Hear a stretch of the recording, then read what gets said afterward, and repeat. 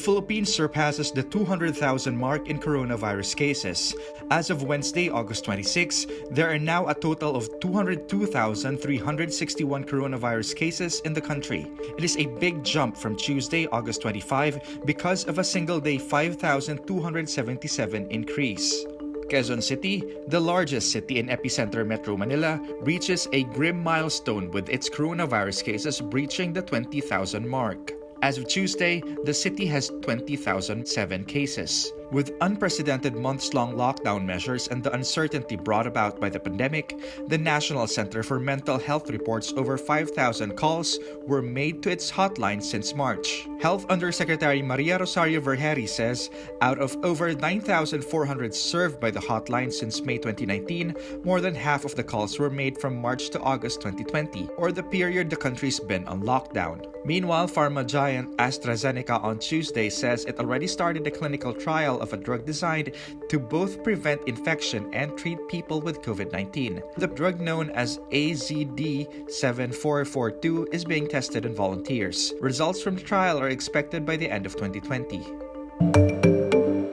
Embattled PhilHealth President and CEO Ricardo Morales says he will resign after President Rodrigo Duterte asked him to vacate his post due to his health condition. In a radio interview Wednesday morning, Morales says he would submit a hard copy of his resignation letter to Executive Secretary Salvador Medialdea. Morales thanks Duterte for allowing him to rest.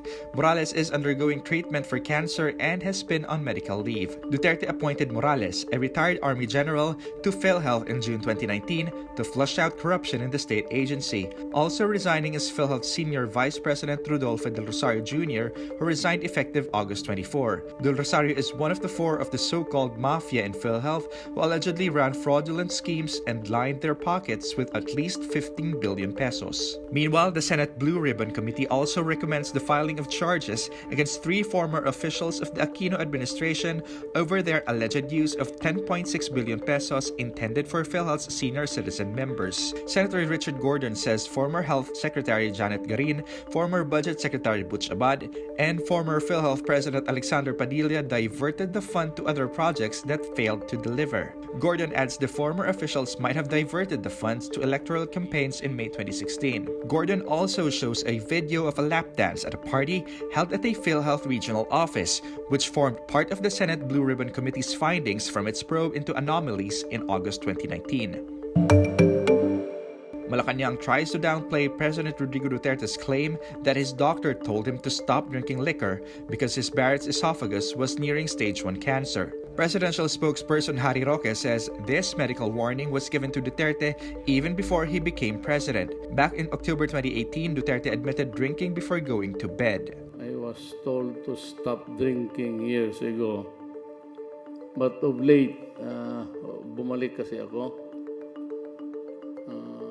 I don't know, for one reason or another, I just like to drink.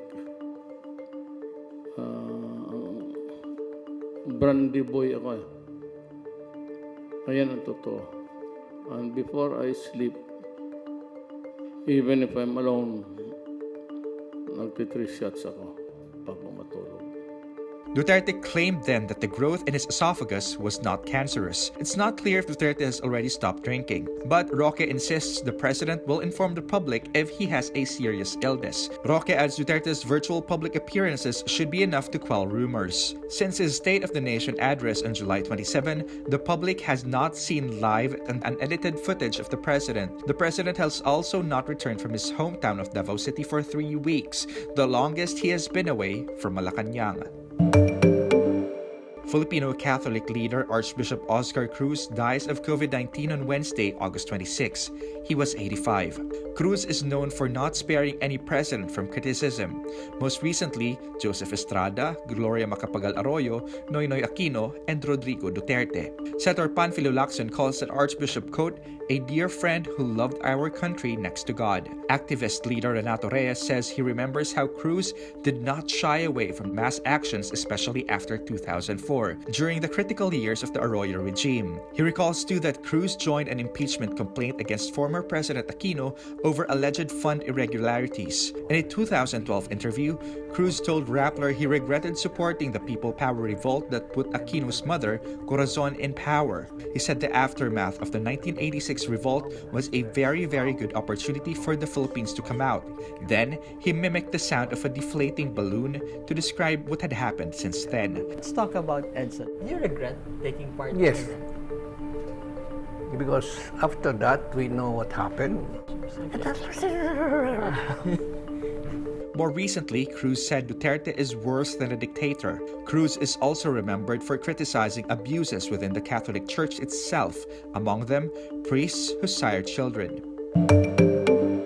The drama surrounding collegiate basketball team UST Growling Tigers intensifies as former team captain CJ Cancino leaks Facebook messages with incriminating details on the conditions of their alleged training bubble in Capoy, Sorsogon. In a chat group apparently created by Cancino, multiple team members seem to have revealed to parents their poor living conditions in head coach Aldin Ayo's alleged bubble. Team members such as Brent Paraiso and Ira Batalier complained to parents of oily and tasteless food allegedly prepared by the mother of Ayo's wife, Mina. Others also complain about being sick and allegedly abandoned altogether. Even reigning MVP Soliman Chabiyo seemingly had enough, citing homesickness, boredom, and poor cell phone signal. The team and Ayo are currently being investigated by the UAAP, the Department of Health, and the Philippine Sports Commission. Ayo refuses to comment due to the ongoing inquiry, but pledges full cooperation to the agencies involved.